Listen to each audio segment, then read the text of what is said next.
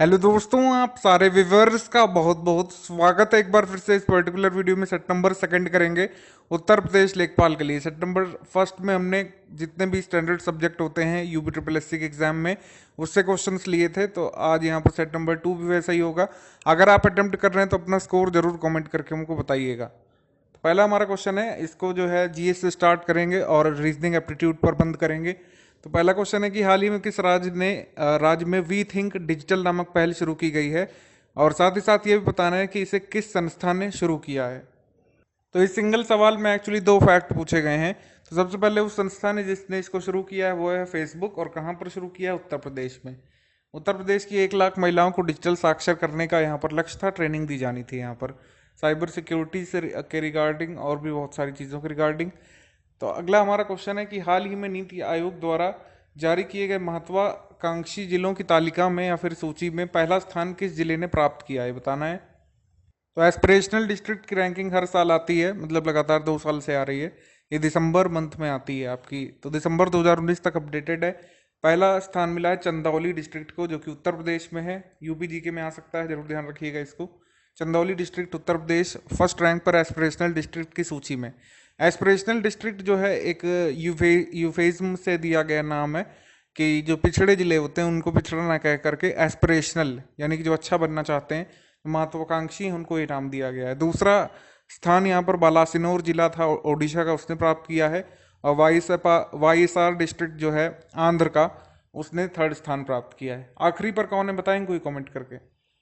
किस महाद्वीप के देशों के साथ हाल ही में भारत ने लखनऊ डिक्लेरेशन जो है साइन किया है? India recently signed Lucknow declaration with which continent countries? तो यहाँ पर अगर हम देखें तो आंसर अफ्रीका होना चाहिए। अफ्रीका के जो मतलब अफ्रीकन कॉन्टिनेंट के जो 50 नेशंस हैं, डेफेक्सपो के दौरान और समिट जो हुई थी उसके दौरान यहाँ पर आंतरिक सुरक्षा के लिए और समुद्री सुरक्षा, आतंकवाद, इन मुद्दों पर समझौता किया गया है। तो हमारा क्वेश्चन का आंसर बनेगा अफ्रीका, ऑप्शन नंबर सी। आगे क्वेश्चन है, किस मुगल शासक ने उपनिषदों का फारसी में अनुवाद करवाया था? तो ये करवाया था दारा शिकोह ने, ऑप्शन नंबर डी। आगे क्वेश्चन है, इतिहास में जो है धर्मसाल क्या होता है और किसके लिए स्थापित किया जाता है? तो धर्मसाल पहले के स्थापित किसने किया और ये किस काम आता था, ये बताना है। तो धर्मसाल जो है ये प्लेस ऑफ वर्शिप था, उपासना और धार्मिक कार्यों के लिए जगह। गुरु नानक देव जी ने इसको स्टैब्लिश किया, ऑप्शन नंबर सी हमारे क्वेश्चन का आंसर हो जाएगा। अगला क्वेश्चन है कि किन यात्रियों ने भारत को इंडोस या हिंदोस कहा था और इंडिया को कहाँ का क्षेत्र दर्शाया था, ये बताना है। तो ईरानियन जो लोग थे, ईरानियन हिस्टोरियंस और ग्रीक हिस्टोरियंस थे, उन्होंने जो है इंडिया को इंदोस कहा था या फिर हिंदोस कहा था। मतलब हा जो है प्रोनाउंस नहीं कर पाते थे ईरानी, तो उन्होंने उसको इंदोस कहा था। तो इसको कहाँ पर दर्शाया था? सिंधु नदी के पूर्व क्षेत्र में जो चीज़ है, मतलब जो क्षेत्र पड़ता है वो है इंदोस। तो हमारे क्वेश्चन का आंसर हो जाएगा ए, ईरानियंस एंड ग्रीक। और उन्होंने भारत को कहाँ पर दर्शाया था? Eastern region of Indus river. सही मिलान की पहचान करना है। क्रिप्स मिशन है, भारत छोड़ो आंदोलन है, लाल किले मुकदमा यानी कि आईएनए ट्रायल है, और नौसेना विद्रोह है। ठीक है, तो इसमें बताना है कि कौन सा सही मैच है। तो क्रिप्स मिशन जो है मार्च 1942 में आया था, ठीक है, ये करेक्ट है। 3 मेंबर आए थे, ये भी करेक्ट है। और उसके बाद क्विट इंडिया मूवमेंट की 1946 हो ही नहीं सकता है, क्योंकि क्विट इंडिया रिजोल्यूशन पास हुआ था 1942 में, ठीक है, 8 अगस्त को, तो ये नहीं होगा। आगे है कि रेड फोर्ट ट्रायल या फिर इनको आईएनए ट्रायल बोल सकते हैं, ये हुए थे नवंबर 1945 में, ये करेक्ट हो गया। और नेवल रिबेलियन या फिर हम रॉयल इंडियन नेवी म्यूटनी बोल सकते हैं इसको, ये हुआ था अगस्त में। ये भी जो है ये 1942 लिखा, ये इनकरेक्ट है, ठीक है, ये काफ़ी बाद में हुआ था, एकदम आज़ादी से जस्ट पहले 1946 के करीब, 45 करीब। तो हमारे क्वेश्चन का आंसर बनेगा यहाँ पर 1 and 3 ओनली, सी। सी हमारे क्वेश्चन का आंसर है। अब करेक्ट डेट्स आप बिल्कुल देख लीजिए, क्योंकि ये जो चीज़ें हैं ये लगातार आती रहेंगी आने वाले एग्जाम्स में। लेखपाल का एग्जाम होगा तो एक फैक्ट आ सकता है, लेकिन आपको डेट्स रटी होनी चाहिए, ठीक है। अगस्त 1942 भारत छोड़ो आंदोलन, क्रिप्स मिशन मार्च 1942, नौसेना विद्रोह फरवरी 1946, और रेड फोर्ट ट्रायल्स आपके नवंबर 1945। पित्त रस का स्त्रावण कहाँ से होता है? तो साइंस के क्वेश्चन भी आते हैं इसमें। थायराइड ग्रंथि से तो थायरॉक्सिन निकलता है, आपका जो है एड्रीनल ग्लैंड से एड्रीनलिन निकलेगा, ठीक है। पिट्यूटरी ग्लैंड से जो काफ़ी सारे जो है कॉर्टिकॉइड हार्मोन निकलते हैं। तो लीवर हमारा आंसर हो जाएगा। बाइल जूस जो है सिक्रीट करता है लीवर। ऑप्शन नंबर बी हमारा आंसर हो जाएगा, जो कि लीवर जो है लार्जेस्ट ग्लैंड भी है ह्यूमन बॉडी का, ये भी ध्यान रखिएगा। ऑप्शन नंबर बी हमारा आंसर है। निम्नलिखित में से पेट्रोलियम के परिष्करण से कौन से पदार्थ आपको प्राप्त होंगे? ठीक है, तो डीजल मिट्टी का तेल ये मिलता है, पैराफिन मोम जो है ये रेसिड्यू के फॉर्म में मिलती है, पेट्रोल बिल्कुल जो प्राइमरी प्रोडक्ट होता है, द्रवित पेट्रोलियम, लिक्विफाइड पेट्रोलियम गैस मिलती है एलपीजी, और बाइटुमिन भी मिलता है। तो हम कह सकते हैं कि सारी की सारी चीज़ें मिलती हैं यहाँ पर।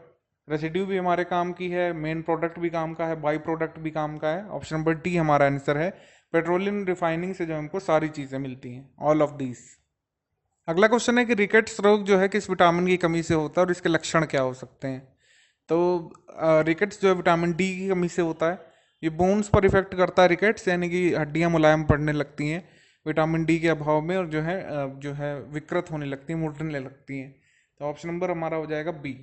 ठीक है, यानी कि विटामिन बी की कमी से होता है और अस्थियां जो है रिकेट्स होने के कारण मुलायम होकर के इधर उधर मुड़ने लगती है। पीएच मान के संबंध में विकल्पों का सही चयन करना, मतलब कि किसका पीएच मान सही मिलाया गया ये बताना है। ठीक है, तो मानव रक्त का ये लिखा हुआ है, ये इनकरेक्ट है। मिल्क का इतना कम नहीं होता है, मिल्क इतना एसिडिक हो ही नहीं सकता है। ठीक है, तो मिल्क जो है इतना एसिडिक नहीं है। ह्यूमन यूराइन का भी ये नहीं दिया हुआ है सही, ह्यूमन सलाइवा का दिया हुआ है। 5.5 से 7.5 तक होता है पीएच। हमारे क्वेश्चन का आंसर बनेगा सी। आप करेक्ट पीएच नोट कर सकते हैं। मानव रक्त का 7.3 से लेकर के 7.5 तक, दूध का 6.4 होता है, मानव लार का 5.5 से 7.5, और मानव मूत्र का होता है 6.5 से लेकर के 7.5 तक। भारत के किस राज्य में ड्री फेस्टिवल बनाया जाता है? ये कृषि उत्सव है, एग्रीकल्चरल फेस्टिवल है, फसल अच्छी होने की खुशी में। अरुणाचल प्रदेश की जनजाति वाले लोग मनाते हैं इसको। ऑप्शन नंबर बी हमारा आंसर है ये। किस प्रकार के वनों या जंगलों को पृथ्वी के ग्रह के फेफड़े कहा जाता है? या फिर हम लोग कह सकते हैं which type of forest are called lungs of the earth? तो लंग्स ऑफ द अर्थ हैं आपके अमेजोन के वर्षा वन, अमेजोन रेन फॉरेस्ट। ऐसा क्यों है? क्योंकि ये वन जो है जितनी भी ऑक्सीजन मौजूद है उसका 20% का काम करते हैं। अमेजोन रेन फॉरेस्ट बायोडाइवर्सिटी के लिए भी काफ़ी जो है इंपॉर्टेंट है। ऑप्शन नंबर सी हमारा आंसर है। अच्छा, एक चीज़ मुझे कोई कमेंट करके बताइए कि अगर हम बायोडाइवर्सिटी की अगर बात कर लें, तो बायोडाइवर्सिटी यानी जो है कह सकते हैं जैव विविधता के मध्य में ज़्यादा जैव विविधता कहाँ पाई जाती है? अमेजोन के रेन फॉरेस्ट में पाई जाएगी कि कोरल रीफ में? जल्दी बताइए कमेंट करके। उत्तर प्रदेश में केंद्रीय औषधीय एवं सुगंधित पौधा संस्थान ये कहाँ पर पाया जाएगा? ये पड़ता है लखनऊ में। ऑप्शन नंबर बी, लखनऊ में ये। ऑप्शन नंबर बी हमारा आंसर हो गया। आगे बढ़ते हैं। इन विकल्पों में से गलत का चयन करना है। इंडियन इंस्टीट्यूट ऑफ हैंडलूम क्या है? सहारनपुर में है। भातखंडे संगीत संस्थान क्या है? लखनऊ में है। निराला आर्ट गैलरी क्या है? प्रयागराज में है। तो आप देखेंगे कि पहला, दूसरा, तीसरा ये तीनों सही है। ठीक है, ये तीनों आ भी चुके हैं अलग अलग हमारे एग्जाम में। Indian institute of handloom Saharanpur में है, भातखंडे म्यूजिक इंस्टीट्यूट लखनऊ में है, निर्मला आर्ट गैलरी आपको प्रयाग में है। लेकिन जो ये बायोटेक पार्क है ये सहारनपुर में नहीं है। बायोटेक पार्क कहाँ है आपकी? बायोटेक पार्क है लखनऊ में। Option number D. हिंडाल्को क्या है? इसका जो है हमको एब्रिविएशन ब्रेक करना है और बताना है कि इसे कहाँ पर स्थापित किया गया है। तो हिंडाल्को है क्या? हिंडाल्को है एल्युमिनियम एंड जो है हम कह सकते हैं कॉपर मैन्युफैक्चरिंग कंपनी, एल्युमिनियम और तांबा विनिर्माण कंपनी, ये रेणुकूट में है। Option number A. अब हमको बताएंगे रेणुकूट कहाँ पड़ता है, किस डिस्ट्रिक्ट के पास उत्तर प्रदेश में? बताइए कमेंट करके। संविधान का कौन सा अनुच्छेद कार्यपालिका और न्यायपालिका का पृथक्करण करता है? ये बताना है। तो कार्यपालिका और न्यायपालिका का पृथक्करण करता है अनुच्छेद 50। Option number C. अब बताना है कि अनुसूचित जाति और अनुसूचित जनजाति के प्रतिनिधियों के लिए लोकसभा में कितनी सीटें आरक्षित हैं? लोकसभा में आरक्षित हैं 131 सीटें। Option number B. और अब ध्यान रहे आपको लोकसभा में अब SC/ST रिजर्वेशन ही चलेगा।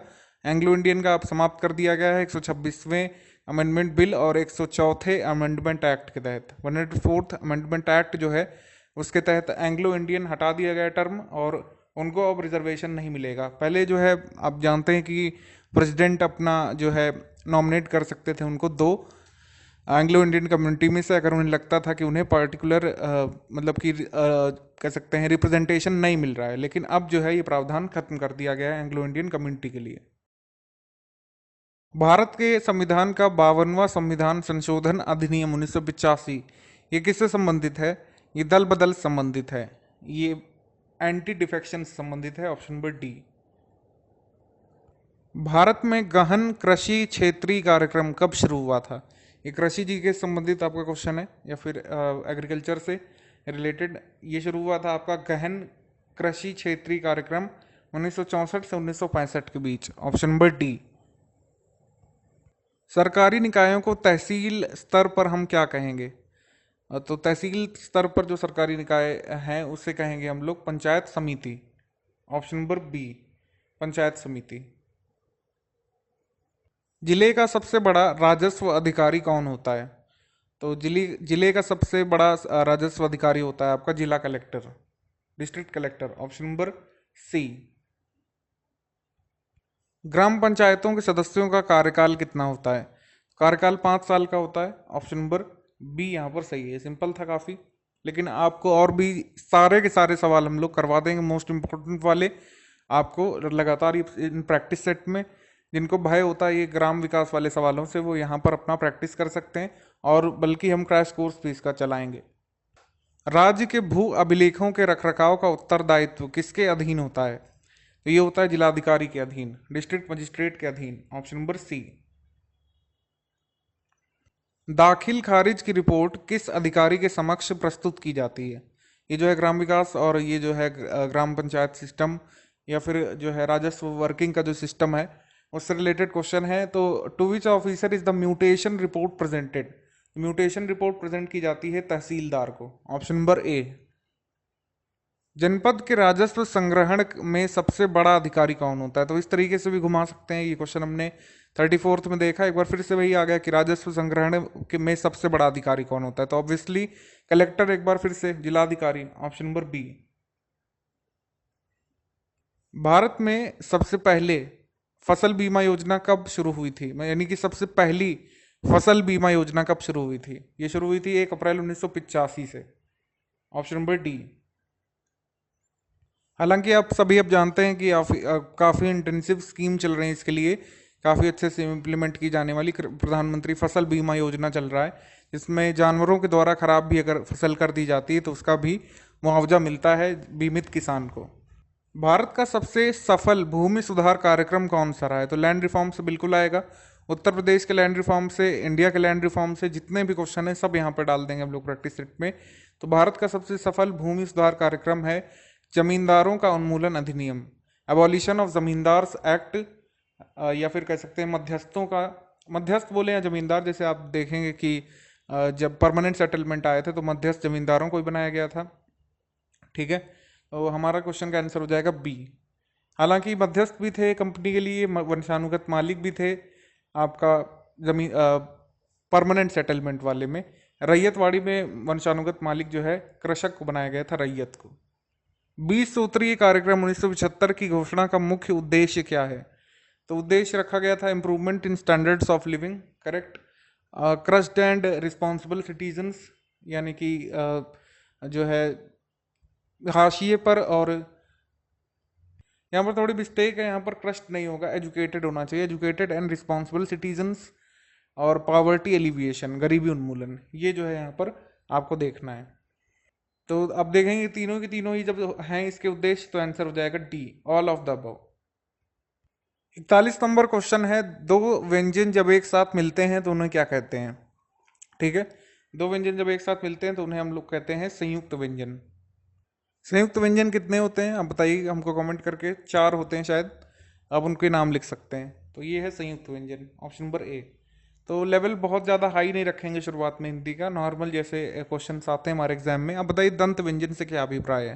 ठीक है, तो तालु जो है वो दांत से टकराता है, दांत के ऊपर वाले हिस्से से, तो वो होते हैं दंत व्यंजन। ये ता, था, दा, धा, ना, ये सारे हो जाएंगे आपके दंत व्यंजन के समूह, ऑप्शन नंबर सी। इसको याद रखना बेहद आसान है, आप कभी बोल करके देख सकते हैं। जैसे ये चा वाला वर्ग है, ये आपका तालव्य व्यंजन है, का वाला जो है कंठ है, पा वाला जो है ओष्ठ है। निम्नलिखित में से शुद्ध शब्द कौन सा है? तो प्रादेशिक लिखा हुआ है, इसको प्रादेशिक होना चाहिए था, मात्रा की कमी है। उसके बाद है आपका व्याप्त लिखा हुआ है ऑप्शन नंबर सी में, व्याप्त होता है, इसमें भी मात्रा की कमी है। और दवाइयाँ जो है ये काफ़ी मेडिकल स्टोर वाले भी गलत लिखते हैं, दवाइयाँ इस तरीके से नहीं लिखा जाता है। दवाई इस तरीके से लिखते हैं वो सही है, लेकिन जब आप दवाइयाँ लिखेंगे तो यहाँ पर ये बड़ी ई की मात्रा नहीं रहेगी। अब लिखा है सही, अगर इसको हाइड कर दें तो हमारे क्वेश्चन का सही आंसर हो जाएगा प्रमाणिक। प्रामाणिक ऑप्शन नंबर बी सही है। इस गांव में अनेक मंदिर हैं। इस वाक्य में जो है गांव किस संज्ञा का उदाहरण है? तो गांव है, ये गांव का नाम नहीं दिया हुआ है, तो ये हो जाएगा आपका जातिवाचक संज्ञा, ऑप्शन नंबर ए। ठीक है, अगर यहाँ पर लिखा होता कि लमही गांव है या फिर कोई गांव है तो वो व्यक्तिवाचक संज्ञा हो जाता। ये नोट तो पुराना है, अब बताना है कि जो पुराना शब्द है ये कैसा विशेषण है। तो ये गुणवाचक विशेषण है, ये नोट की विशेषता बता रहा है, उसका गुण बता रहा है, ये है गुणवाचक विशेषण, option number B. Question number 45, मुझको शब्द में कौन सा सर्वनाम है? सर्वनाम का प्रकार पूछा है, तो जो भी वक्ता स्वयं के लिए यूज करता है वो उत्तम पुरुषवाचक सर्वनाम होता है, ऑप्शन नंबर सी यहाँ पर सही है। निम्नलिखित में से अव्यय का उदाहरण कौन सा होगा? तो अव्यय अगर आपको पहचानना है तो आप संज्ञा, सर्वनाम, क्रिया, विशेषण पहचान लीजिए, आपका अव्यय मिल जाएगा। तुम और मैं ऑप्शन नंबर सी में सर्वनाम है। बी सच्चा और झूठा विशेषण है। जापान और उत्तर ये आपका नाउन है, मतलब संज्ञा है।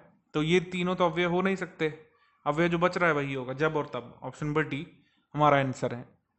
48 नंबर क्वेश्चन है, निम्नलिखित में से कौन सा शब्द स्त्रीलिंग है? तो स्त्रीलिंग है झील। ठीक है, झील बहती है, झील जो है देखी जाती है, झील बनती है, झील सूखती है, ऑप्शन नंबर ए यहाँ पर करेक्ट होगा। आभार प्रकट किया जाता है, आभार व्यक्त किया जाता है। क्षेत्र जो है, क्षेत्र का निरीक्षण किया जाता है। ठीक है, क्षेत्र होता है। और तिल जो है ये खाया जाता है, तिल से कुछ बनाया जाता है। तो ता है जहाँ पर भी आ रहा है वो आपका पुल्लिंग हो गया, झील के साथ ती है आ रहा है तो वो स्त्रीलिंग हो गया। निम्नलिखित में से कौन सा शब्द एक वचन का उदाहरण है बताना है? तो एक वचन हो जाएगा आपका पौधा, क्योंकि प्राण जो है लोग दे देते हैं, प्राण लिए जाते हैं, प्राण दिए जाते हैं, प्राण बचाए जाते हैं, दर्शन दिए जाते हैं। ठीक है, और दर्शन मांगे जाते हैं। नेत्र जो है बहुवचन होता है। ठीक है, हमारे क्वेश्चन का आंसर हो जाएगा सी पौधा। निम्नलिखित में से कौन सा शब्द तत्सम और तद्भव दोनों है? तो तत्सम और तद्भव दोनों जो आपका है वो है वचन शब्द ही, ऑप्शन नंबर ए। बाकी बाकी जो है आपका कपाट और शलाका जो है ये आपका है तत्सम वाला, और बी जो है ये तद्भव हो जाएगा। मयूर होता है आपका तत्सम, ऑप्शन नंबर ए हमारा आंसर हो गया 50 का। अब आते हैं मैथ्स रीजनिंग के क्वेश्चन की तरफ। इसके बाद यहाँ से हम लोग मैथ सेक्शन के 10 क्वेश्चन सॉल्व कर लेते हैं एक एक करके। पहला क्वेश्चन यहाँ से होगा, यदि एक बर्गर के मूल्य का 66.66% जिसका फ्रैक्शन इक्वलेंट होता है 2/3, ये सब जो परसेंटेज की वैल्यूज़ होती हैं उसके हिसाब से जो फ्रैक्शन इक्वलेंट हैं वो सीधे से याद होने चाहिए। तो उसका हमें 2/3 चाहिए, 2/3 हिस्से पाव भाजी की एक प्लेट के मूल्य के बराबर हैं और 900 रुपये में 3 प्लेट पाव भाजी आती है। तो एक प्लेट कितने में आएगी? 900/3 यानी 300 रुपये में। ये जो 300 रुपये हैं ये बर्गर के मूल्य का 2/3 हैं। 2/3 हैं बर्गर के मूल्य का, जो कि हैं 300 के बराबर। ये जो 300 हैं ये 2/3 हैं। What is the price of a burger? तो बर्गर का मूल्य कितने का है, मतलब 1 यूनिट की वैल्यू। तो 2 यूनिट की वैल्यू अगर हम देखें तो 900। तो 1 यूनिट की वैल्यू, क्योंकि मैक्सिमम वैल्यू हमेशा 1 यूनिट के बराबर लिखी जाती है, तो 450। एक बर्गर कितने का है? 450 का। अब यहाँ पे 450 ऑप्शन ना देख के आप ये समझेंगे कि यहाँ पे ऑप्शन लेने में गलती हुई है। 1350/3 ये खुद क्या होता है? 400 तिहाई 1200 और 50 तिहाई 150। तो हर एक प्लेट 450 की हुई, यानी 1350/3 की हुई। एक ही बात है, ऑप्शन बी। दूसरा क्वेश्चन देखते हैं। एक परीक्षा में 27 छात्रों ने हिस्सा लिया और उस परीक्षा में जो विनर होगा उसको बाकी के सभी 26 छात्रों से एक एक बार कंपटीशन खेलना होगा। तो बताइए, जो छात्र इस प्रतियोगिता में विजयी बना उसने कितनी बार ये मुकाबले खेले हैं, मतलब उसके टोटल नंबर ऑफ मैचेस या फिर टोटल नंबर ऑफ एग्ज़ाम जो उसने दिए, ये सब बताना है। तो जब भी कभी ये दिया हो कि जीतने के लिए 2 लोग एक एक बार मैच खेलेंगे, या फिर मान लीजिए यहाँ पे सिचुएशन चेंज हो जाती, पार्टी में कुछ लोग गए होते और एक व्यक्ति दूसरे व्यक्ति से सिर्फ एक बार हाथ मिला सकता, ये सब चीज़ें दी होती और पूछा होता कितनी बार हाथ मिलाए गए, कितने गिफ्ट एक्सचेंज हुए, कितने मैचेस खेले गए। तो उन सब चीज़ों का फॉर्मूला होता है NC2 हमेशा, जहाँ पे N का मतलब ये है जितने नंबर ऑफ पार्टिसिपेंट थे, लोग कितने थे उस पर्टिकुलर इवेंट में। तो लोग तो 27 थे। C2 सॉल्व करना बहुत आसान है, जिन्होंने मैथ्स ले रखी होगी क्लास 10th के बाद। जिन्होंने नहीं ली है तो कोई समस्या की बात नहीं है, कन्वेंशनल वे से इसको नहीं लेके जाएंगे, शॉर्टकट से करेंगे इसके बाद। जब भी C2 सॉल्व करना हो तो हमेशा ठीक पिछले वाले नंबर से मल्टीप्लाई कर दिया करिए, 27 इंटू 26। अब नीचे C2 है तो हमेशा 1 इंटू 2, बस यही तो करना होता है। 27 गुणे में 13 को आप लिख सकते हैं 10 + 3 270 और 27 तिहाई 81, ये आ गया 351। इतनी ही बार मुकाबले हुए होंगे। ए इफ 5m = 3n = 4n = 70, तो बताइए M/O का रेशियो कितना होगा। तो सबसे पहले इस रेशियो को सिंपल करते हैं, जो भी कांस्टेंट टर्म हो उसको डिवाइड में ले आएंगे। m के साथ में 5 है तो यही 5 डिवाइड में आ जाएगा, n के साथ 3 था तो डिवाइड में आया 3, और ये जो O है ये 4 के बाद n नहीं O होगा, O/4 ये कर देंगे। अब देखिए 5, 3 और 4 का एलसीएम क्या है, 60, बिकॉज 60 अकेला वो नंबर है जो कि इन तीनों से कटेगा, सबसे छोटा 60 होगा और बाकी उसके मल्टीपल, तो सबसे छोटा लेना चाहिए जो कि एलसीएम होगा। तीनों साइड आप 60 से गुणा कर दीजिए, जिससे ये जो नीचे वाली चीज़ है ये कट जाए। 5 12 3 20 4 15 M versus N versus O, इसका रेशियो है 12, 20 और 15। लेकिन यहाँ पे एक प्रॉब्लम है, ये जो 4 के साथ N है वो ठीक लिखा है, ये 70 नहीं है, 7O है। तो कोई बात नहीं, 2 इक्वेशन दी हैं, एक तो ये दी है और दूसरी ये दी है। तो फर्स्ट इक्वेशन थी 5m = 3n, m/n का रेशियो लीजिए, n के साथ 3 मल्टीप्लाइड है तो 3 इधर, m बाकी इधर आ गया। m/n का रेशियो हो जाएगा 3:5। दूसरी इक्वेशन है ये, यहाँ से n/o का रेशियो सीधे निकालिए, 7/4। n/o का रेशियो यहाँ से आ जाएगा 7:4। अब आपको चाहिए m/o, m से चले o पे पहुँच गए, यानी n को आपने रास्ते में छोड़ दिया। रास्ते में छोड़ने का मतलब है उसे आपने कैंसिल करवा दिया किसी ना किसी तरीके से। अगर हम इन दोनों इक्वेशन को आपस में मल्टीप्लाई करा लें तो m/n इंटू n/o हो जाएगा, ये 3/5 इंटू 7/4 हो जाएगा, 3 सत्ते 21 और 5 चौके 20 हो जाएगा। ये n से n कटा, m/o आ गया जो कि आपको चाहिए, 21/20, ऑप्शन डी।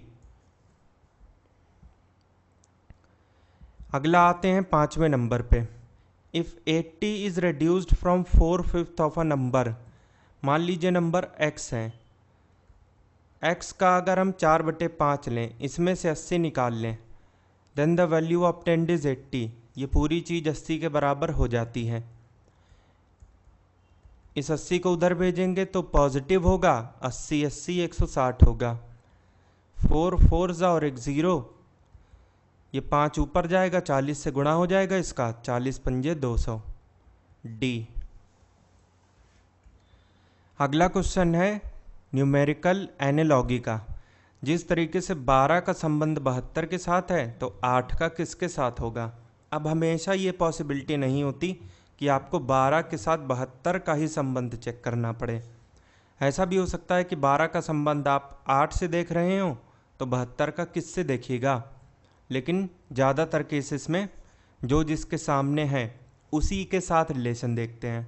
तो सबसे पहले हम भी यही करेंगे। हमको ये पता है कि 12 का स्क्वायर अगर हम करें तो आता है 144, लेकिन इसे आधा करें तो आता है 72। सिंपल आ गया ये। इसी लॉजिक को अगर हम यहाँ लगा दें, 8 का स्क्वायर होता है 64, आधा कीजिएगा तो आएगा 32। ऑप्शन बी मिल गया, इसको टिक करेंगे और आगे बढ़ेंगे। अब बताइए यहाँ पे ऑड वन आउट, ये जो 4 ऑप्शन हैं ए बी सी डी, इनमें से 3 एक जैसे हैं। जो एक जैसे हैं वो आपका आंसर नहीं है, जो अलग है वही आपका आंसर है। एल एम एक के बाद एक, वाई जेड एक के बाद एक, वाई के बाद जेड ही तो आता है। ऐसे ही आई जे एक के बाद एक, लेकिन आर के बाद तो ऐसा आता है, जबकि यहाँ पे टी दिया है। तो 3 जगह पे एक के बाद एक, यहाँ पे हो गया गैप, ऑप्शन बी। अगला क्वेश्चन हमारा कोडिंग एंड डिकोडिंग से है। जिस तरीके से क्रॉस का कोड 37 है, लोड का 16 है, तो एक्सरसाइज का बताइए क्या होगा। ये वर्ड है क्रॉस, न्यूमेरिकल इक्विवेलेंट लिख डालते हैं सबके, C3 R18 O15 और S19। सबको ऐड करने पर देखते हैं क्या आता है। 19 का डबल 38, 38 15 53, 53 18 71 और 3 74, जबकि यहाँ पे तो 37 दिया है। तो जो भी 74 है उससे 37 कैसे बना सकते हैं, उसका आधा ही तो होगा ना 37। तो कुछ भी नहीं करना अभी तक, बस जो भी न्यूमेरिकल इक्विवेलेंट हैं सबको जोड़ के लिख देना है और उसके बाद आधा कर देना है। तो यहाँ पे फिर आगे बढ़ते हैं, लोड में देखते हैं ये प्रोसेस फॉलो होता है कि नहीं। L12 O15 A1 और D4, 4 1 5, 15 5 20 12 32, उसका आधा देखें तो 16, और वही दिया है। तो एक्सरसाइज में भी सेम लॉजिक को लगाना ही पड़ेगा। E5 X24 R18 C3 I9 S19 और E5,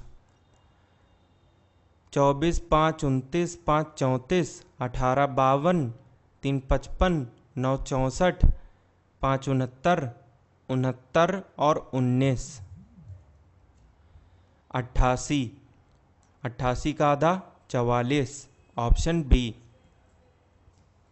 श्यामू अपने घर से 15 किलोमीटर उत्तर की ओर गया। मान लीजिए इस पॉइंट से उसने अपनी जर्नी चालू करी और वो उत्तर यानी नॉर्थ पॉइंट के ठीक ऊपर ये गया 15 किलोमीटर और यहाँ पे रुक गया। उसके बाद बाएं मुड़कर 22 किलोमीटर चला। उसके बाद ये चल दिया उसने 22, यहाँ पे वो रुक गया।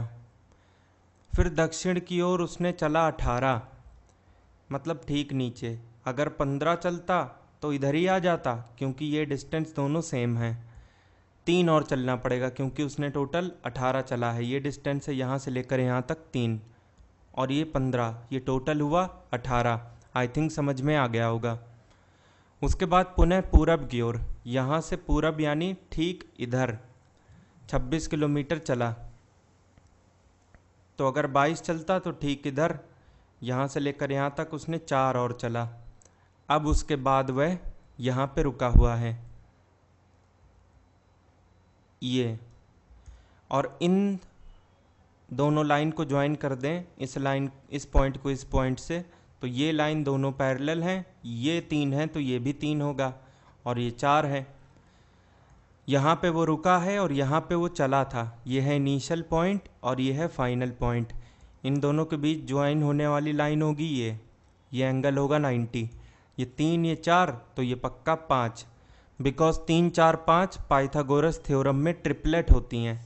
अगर राइट एंगल ट्राइंगल आपको दिया है, 3 4 पता है, तो अगली वैल्यू पक्का 5 होगी। ये बात आपको पता होनी चाहिए। तो डिस्टेंस का जहाँ तक सवाल है तो 5 किलोमीटर, और यहाँ से अगर आपने यहाँ देखा तो ये डायरेक्शन किसके बीच में है, साउथ और ईस्ट के बीच में, दक्षिण पूर्व 5 kilometre south east, option D. उसके बाद इस सीरीज़ को कंप्लीट करिए। अल्फ़ा न्यूमेरिकल सीरीज़ है ये। तो 64, 100, 196 और 256 देख के आपको क्या समझ में आता है? यही कि ये किसी ना किसी के स्क्वायर हैं, जाने पहचाने नंबर हैं। 64 8 का स्क्वायर, 100 10 का, 196 है 14 का, 256 है 16 का। तो दो दो के बाद नंबर लेके आपको उनका स्क्वायर करना था। तो 10 के बाद 2 का गैप लीजिएगा तो 12 आएगा, जिसका स्क्वायर करने पर 144 आएगा। 144 वाला एक ही ऑप्शन है बी, इसको टिक करेंगे और आगे बढ़ेंगे।